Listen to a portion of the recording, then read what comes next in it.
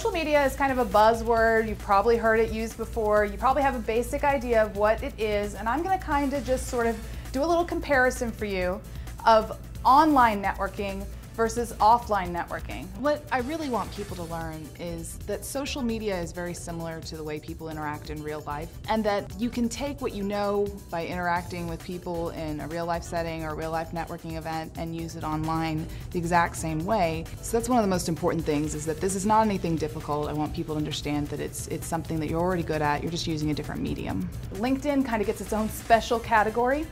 I think of LinkedIn like a Rolodex. I tell people that if you're going to be in business for yourself, you need to be on LinkedIn before you even get a website, because that's how people can find you, how people can connect with you, and how you can help other people network with each other.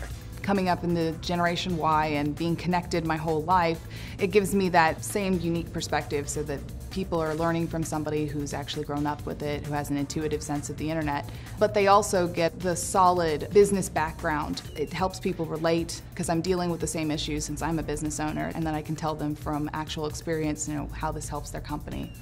Heard of the Holy Grail, right? That magical cup, and nobody quite knew where it was. There were all these little maps, but nobody quite knew what it would do if they found it, and nobody knew quite how to get it.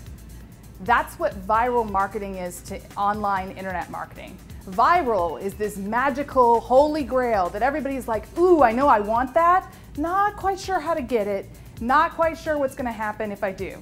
The beauty of social media is that it's made to be user-friendly. It's made so anyone can get on and immediately start interacting with people. And when people come to hear me speak, I want them to take that away. I want them to know that they'll be able to go home and immediately expand their business and reach a new audience and talk to new people, and that it'll make a difference for them right now. The way you network with people in real life, you should network the exact same way with them online. You don't treat somebody different just because you can't see them and there's a computer screen between you. Spam emails is a perfect example.